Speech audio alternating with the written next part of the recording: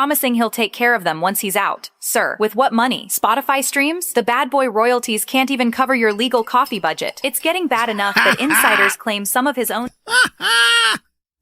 Can't even cover the legal... Oh my God. What is up, YouTube? What's up? What's up? How y'all doing? Hey, I got everything. This is the first video today. Hey, check this out. I want to dedicate this video to Miss Kiwi Green. Shout out to Kiwi Green. Something sounds different. I sound too clean. Kawa. Kawa? I say Kiwi. Kawaii. Kawa. Now she's saying hello. Kawaii Green. You always want to correct me and tell me what. Kawaii Green. Okay. Is that good? Man, let's play the song, man. She know who I was. Kawaii. Thank you, dear. Appreciate it. Love you. Look, love you. Oh my God. So, Uncle Mike, what's the one thing we all can do that would change the world? If everybody just helps someone who has less than them, one day somebody's gonna show real love. Everybody needs love. Bleeding from our pride, arguing over words and the innocent die. Mothers crying nightly, babies still missing. Borders overflowing, leaders don't listen. We judge by the sin, never look in the glass. Blaming everybody else, never look in the past. When the day comes to meet God face to face, he gonna ask why we never learned to love in this place. Yeah, Charlie Kirk's gone, the streets still mourn. News flash heavy, another soul torn. And cats staying silent don't mean he don't care. Maybe he's speaking to the family and not the glare. Social media fooled us. We think it's the truth, but healing starts offline in the booth and the youth. One big family, that's what we should be. But we trapped in division instead of unity. What's up? Everybody wanna feel love. Everybody wanna feel love. Everybody wants to feel love. Everybody wanna feel love. Everybody wanna feel love.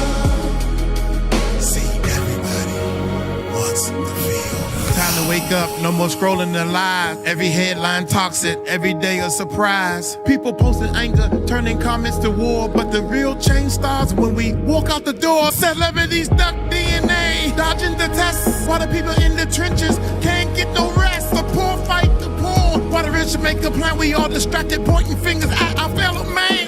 Gunshots echo, just from words being spoken.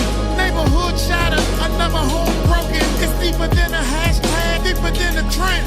Time to change course before we all see the end. No more clout chasing, no more fake fame. Life ain't a filter, this ain't a game. God looking down, wonder why we divide when he made us all equal, standing side by side.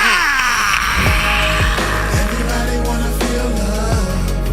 Everybody wanna feel love. Everybody got love. Everybody wants to feel love. Everybody wanna feel love. Everybody wants the best. Everybody wanna feel love. See, everybody wants to feel love. If everybody just helps someone who has less than them, one day somebody's gonna show real love back to you. Because at the end of the day, everybody wants to feel love. As I try to fight the tears back, some days is stronger than others. I thought, how you say her name again? Not Kiwi, it's Kawi. Green, Miss Green. How about that? Since she don't want to, she over there going like I can hear that or something. Oh, you on mute? Kawaii. Hawaii. Her name ain't Hawaii. It's Kawaii. Oh, Kawaii. Like, okay, I got it this time. I think I got it. Thank you, dear. Y'all say a prayer for her because she she said she lost her baby daddy, and I know I could just imagine, even though I don't know if y'all was together or not, and I ain't trying to put all your business out there. Who gives a shit? Who gives a daggone? Whatever the story is, but losing somebody, no matter how far away or close they are to you, this Thursday I got to go to a funeral myself, and he was a friend of ours. He lived across the street from one of my best friends, so I seen him quite often, and he always came over and wanted to talk and be a part of what we was doing, and the memories, man. I can tell y'all so many stories that he did that the police said, "Put your hands on the car." He was talking all that stuff to the police. That's messed up. The police, fuck the police. The police ain't the bullshit. Hey, you come over here. Put your hands on the car.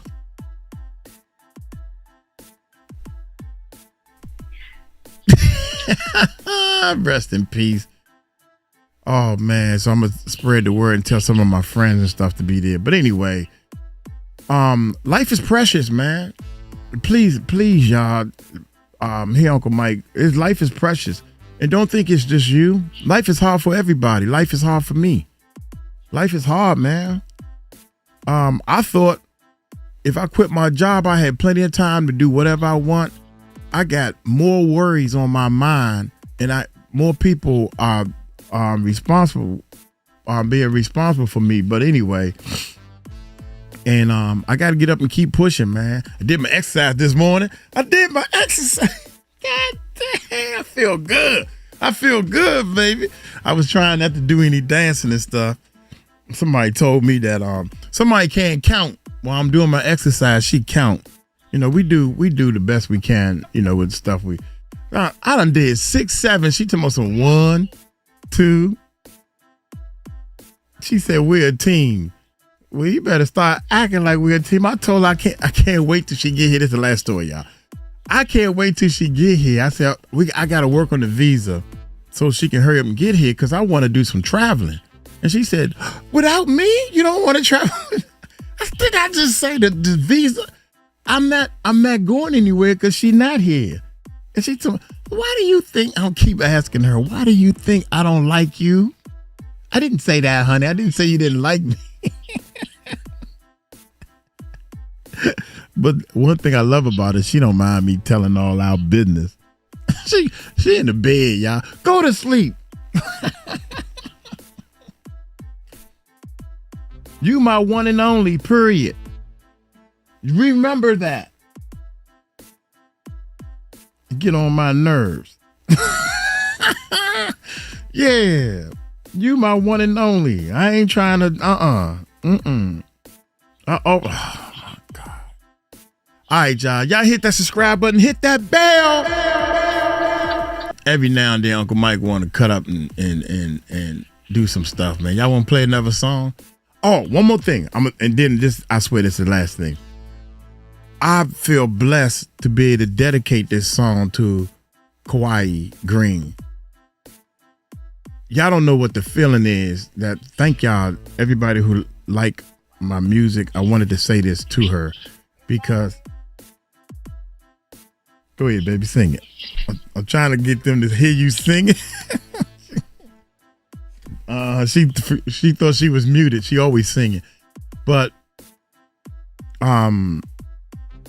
it feels good to be able to dedicate my own song and my own music, my own art, my own work, to dedicate it to somebody and they really feel it. You know what I'm saying? I ain't talking about like when your kids draw this little ugly picture. Mommy, I drew a picture of you, and you be like, oh, that's so cute. It's the thought that count, right? But I put a lot of thought and work into the music, and there are things that's in the music that I probably worked hours on that when you hear it all together, it don't even make a difference. It don't even make a difference. So, but without it, it might have be that supporting element or something. I don't know. But anyway, whatever it is you do, study it. And don't, if you play basketball and you're a good dunker, Don't practice your dunks. Practice your weakness. Anything that you're doing, practice your weak points. That'll elevate your whole game or whatever it is you're doing. If you like, when I'm doing music, I practice my weak points. I don't practice making drum beats. Everybody can make drum beats. I practice melodies. That's what my weak point is. I practice adding the words to a melody because that's my weak points. Practice your weak points in whatever it is you do. Now, hit that subscribe button, hit that bell. Update Judge Arun exposes KK in court documents. Could be heading to jail with Diddy. And I think she deserved to be there because you cannot tell me that she ain't seen nothing. I came to work and did my job. I think the makeup artist should be going to jail too. That's what I think. I mean, she shouldn't do no time because new law, Uncle Mike President, y'all, new law. If you see something, say something. If you see something and we know you seen something, you ain't say nothing, you get a charge. We got to straighten this world up, man. We got to straighten this world up. Man, y'all hit that subscribe button, hit that bell. Let's check this bad boy out. Ooh, I like that. I like that. Oh, this just got wild. Judge Arun might have just handed prosecutors the golden ticket to take Diddy down for good. We're talking brand new names, brand new evidence, and a transcript so spicy that even Diddy's own team didn't see this coming. His so-called inner circle, the ones he thought would ride till the end, might now be the very people holding the keys to his next cell door. And baby, the way this transcript reads, it's giving checkmate energy. But before we dive into who Judge Arun just exposed, let's talk about the real panic happening behind those prison walls. Because Diddy's running out of allies, time, and possibly clean favors. Before we get into the madness, huge thank you to everyone who helped us cross 2K subscribers. You all are the heartbeat of Fame Insight. Let's keep this going. Our next goal is 10K strong. Hit that like button, drop a comment for the algorithm, and subscribe so you never miss when the next truth drops. You ever seen someone walk into court thinking they're untouchable and walk out realizing even their own shadow testified against them? That's basically Diddy right now. Because according to this new transcript, Judge Arun didn't just drop a ruling. He dropped names, real names, the kind of names Diddy thought were buried deep in NDAs and cash payoffs. Sources say the courtroom went silent when Judge Arun casually mentioned certain criminally responsible participants, and the way he said it, like a teacher calling out students who copied each other's homework. Except this time, the homework was a whole empire built on bad decisions. And here's where it gets wild. One of those names allegedly tied to Diddy's day-to-day operations, someone that's been with him for years, might now be the biggest liability in his entire defense. The loyalty? Gone. The silence? Cracked. The panic? Oh, it's real. So here's where the temperature in that courtroom jumped from calm defense strategy to everybody lawyer up. Judge Arun didn't just mention Diddy. He named Christina K., Garrett J., and Bridget C. as criminally responsible participants. And if you don't recognize those names, trust me, Diddy does. These aren't random people from the crowd. These are insiders. Assistants, coordinators, handlers. The glue that kept his empire functioning behind the scenes. The judge's exact phrasing was cold, methodical, and deadly. He said the offense involved multiple responsible individuals, including those who directly enabled and facilitated the acts in question. You could almost hear the oxygen leave the room when that line dropped. Now here's the part that's got Diddy sweating through designer orange. When a judge puts that kind of language on record, it's an open invitation for the prosecution to expand their case. In plain English, Judge Arun just left the courtroom door cracked open for new criminal charges. And word in legal circles is that the prosecutors are already circling like hawks. They've got the transcript, they've got the green light, and baby, if even one of those names decides to start talking, Diddy might be hearing appeal denied long before he even files one. And here's where it really spirals. Because while Judge Arun was quietly setting that legal trap, Diddy was out here still thinking he could charm his way into freedom. Remember that rumored pardon plan? Yeah, the one where he was allegedly trying to get an audience with the big players in politics, hoping a handshake and a check could make this all disappear? Well, let's just say that strategy's looking shakier than one of his old press conferences. Now that the court officially labeled his team criminally responsible, anyone tied to those names can't even blink near a political deal. No one wants that kind of smoke. Lobbyists are ghosting him. him. Connections have gone cold, and the same doors that once opened for Diddy the mogul are now slamming shut on Diddy the liability. And this is where the panic sets in, because if these people he trusted start realizing they could face their own charges, they'll do what scared insiders always do: protect themselves first. And once that happens, baby, it's no longer Diddy versus the system. It's Diddy versus Diddy's own team. Let's talk about the money, because the irony is just too good. Diddy, the self-proclaimed billionaire, is now reportedly counting commissary like it's crypto. Sources close to the case say the man who once bragged about dropping 6 figures on champagne is now stressing over legal invoices. See, the appeal alone, we're talking $6 to $10 million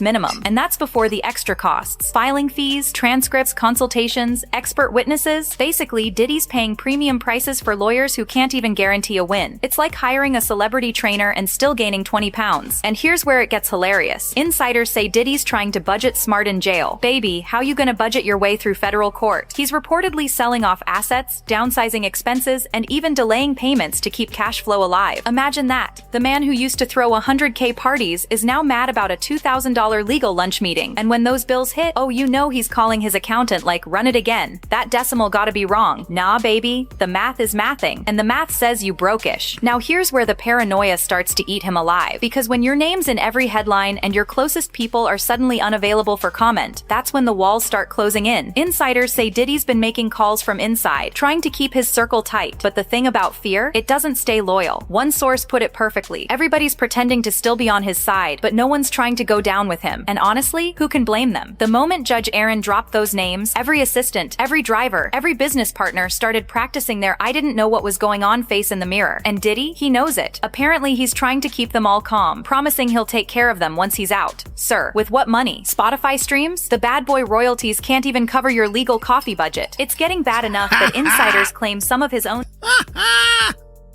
can't even cover the legal. Oh my God. Dude, think about it, man. Diddy ain't made no music. That Love album didn't sell. I mean, come on, man. Think about did you buy any, when the last time you bought some of Diddy music? Or somebody from Bad Boy Music? Since Biggie been passed away. That's why his pimp hand is so strong. He been pimping them boys out to the millionaires. He's the pimp where you give me the money, you get what you want, and you don't get caught. Hey, that's my legacy.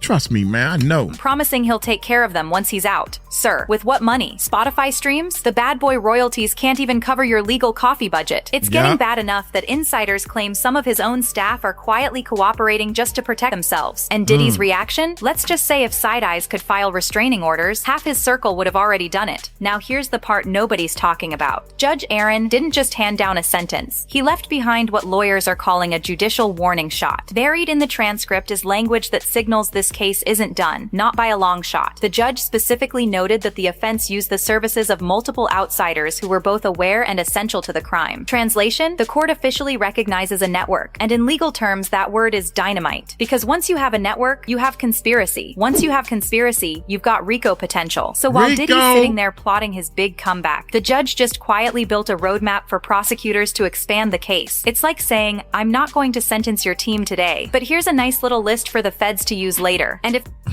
I tried to tell y'all gonna be like, damn, Uncle Mike is the man.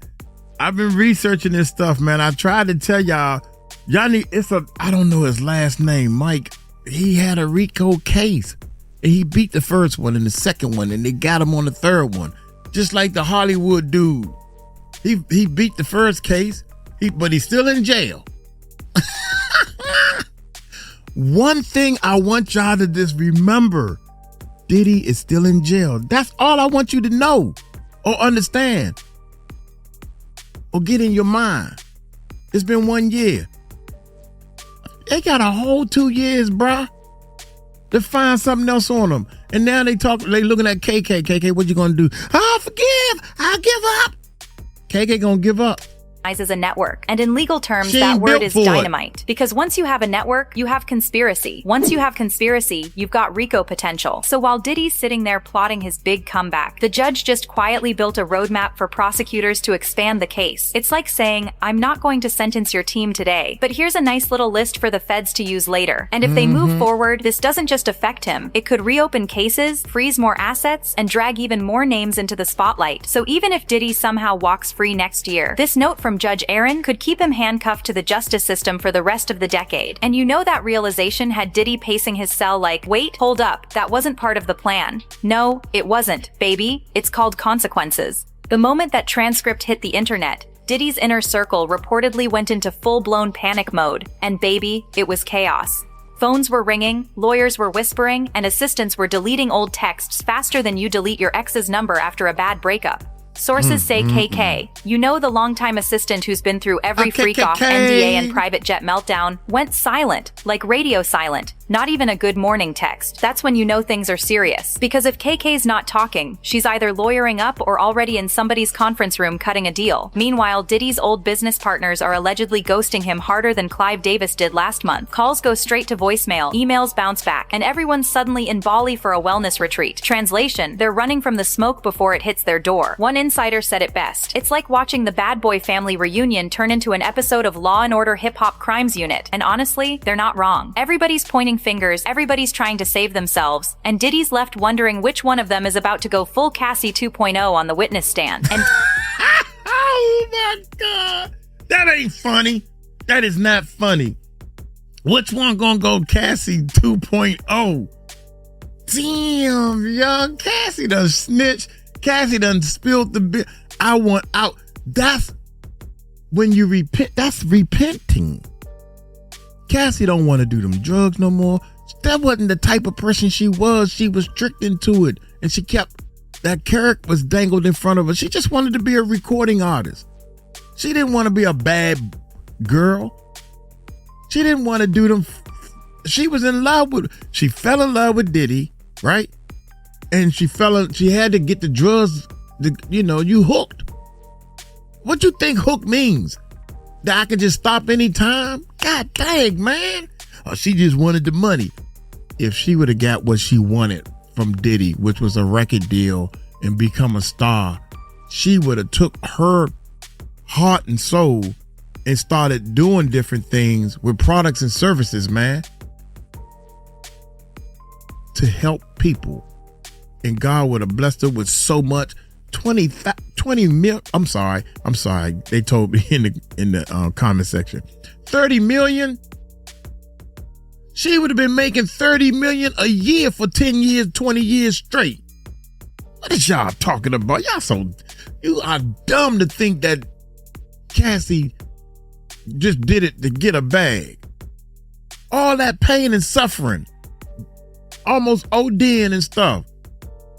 Oh my God. Here we go. Crimes Unit. I'm sorry, and honestly, my bad. They're not wrong. Everybody's pointing fingers, everybody's trying to save themselves, and Diddy's left wondering which one of them is about to go full Cassie 2.0 on the witness stand. And deep down, you know he's thinking, I should have just retired in 2015 and opened a tequila bar. Now here's where the game gets real, y'all, because while Diddy's pacing in his cell trying to figure out who snitched, prosecutors are quietly sharpening their knives. And baby, they're not playing defense anymore, they're playing offense. According to insiders close to the case, the prosecution has already started combing through financial trails tied to Cowboys and Angels, Garin James, and even a few shell companies connected to consulting fees.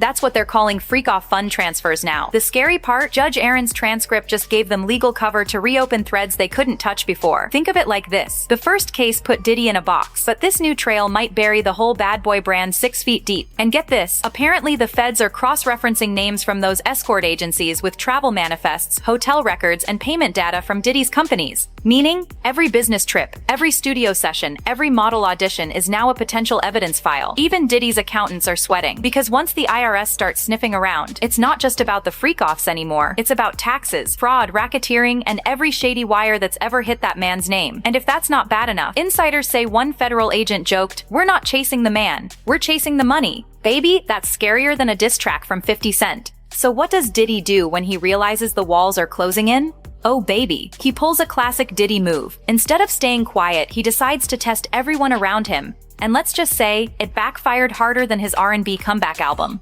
Sources claim that from behind bars, Diddy's been calling the few loyal people left, asking little innocent questions like, "Yo, you still got my back?" Or "You talked to anyone from the feds lately?" Real subtle, right? But here's the thing. Most of them knew exactly what he was doing. One former employee even said, "It felt like he was trying to catch us slipping. Like if we answered wrong, next thing you know, our phone's getting subpoenaed." And honestly, that tracks. Because when you've spent decades building an empire off control, you don't know how to stop playing puppet master, even when the strings are gone. But here's the kicker. A few of the people he tested apparently recorded those calls. And now those recordings are rumored to be in the hands of investigators. See, that's what the problem is right there. When she said, right here, Master, even when the strings are gone. Even when the strings are gone. That's why I keep saying Diddy been doing wrong for so long. He been doing wrong for so long. He backing up some of that wrong, but he's still in the wrong zone. Y'all understand that? He's still in the wrong zone. He think he doing right. Nah, dog, right is way up here. This is the crossing line. You're doing wrong. You're just doing less wrong. You've been pulling these strings and doing so much stuff that you don't even understand right from wrong no more. That's when you need to just delete everything and say, yeah, you're right. You got to start all over like a baby, man. That's what his problem is. He gonna get out here and get himself right back in trouble, y'all. I'm trying to tell y'all, man. Phones getting subpoenaed. And honestly, that tracks. Because when you've spent decades building an empire off control, you don't know how to stop playing puppet master, even when the strings are gone. But here's the kicker. A few of the people he tested apparently recorded those calls. And now those recordings are rumored to be in the hands of investigators. Baby, can you imagine? Diddy sitting there trying to play 4D chess, and he accidentally checked himself. It's poetic justice, really. The same paranoia that once kept him untouchable is now eating him alive. And all those bad boys for life? Turns out it's just bad choices forever. Now here's the twist nobody saw coming. The prosecutors aren't even rushing. They're letting Diddy stew in that tiny cell, letting him panic, watching him scramble like a man who just realized the remix finally stopped spinning. They know the longer he sweats, the more mistakes he'll make. And baby, he's making plenty. From trying to move assets under other people's names, to sending coded messages through his team. Except guess what? The feds read emojis now. And while Diddy's plotting, word on the street is that one of his close insiders, we talking day one level close, might already be in cooperation talks. Yup, the same person that used to fetch the Ciroc bottles and tell everyone, Diddy said no cameras. If that's true, this could be the final act of the Diddy dynasty. Not with a bang, but with a group chat leak. Now here's the part that's wild. Even if Diddy somehow gets a pardon, even if he walks out early, the web around him is too tangled to escape. His name's already scorched, his pockets are leaking, and his so-called empire is built on NDAs and unpaid invoices. And I'll be real with you. At this point, the only thing he's remixing is his prison cafeteria menu. But hey, at least he's got plenty of time to reflect or plot another bad boy reunion featuring rats, roaches, and regret. Before we go, I gotta say this. No matter how wild these updates get, we're just getting started. Because baby, when it comes to Diddy, the headlines don't end, they multiply. So make sure you hit that like button, drop your thoughts in the comments, and subscribe to Fame Insight. Because when the next bombshell drops, you'll want to be right here when it happens. Stay locked in, stay sharp, and remember, in the world of fame, the truth always finds the spotlight. I'm trying to tell y'all, man, I am trying my best to tell y'all Diddy is going to be in jail for quite some time. And it's like that RICO stuff and these charges.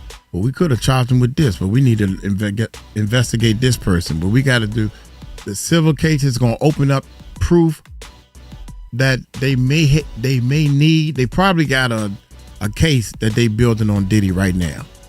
But once some of these civil cases come out and he's found guilty on some of these civil cases, then that is going to come on over. They got him, man. It's almost like they can't lose. They can't lose, man. All you need is one of them civil cases to turn criminal. Lil Rod case.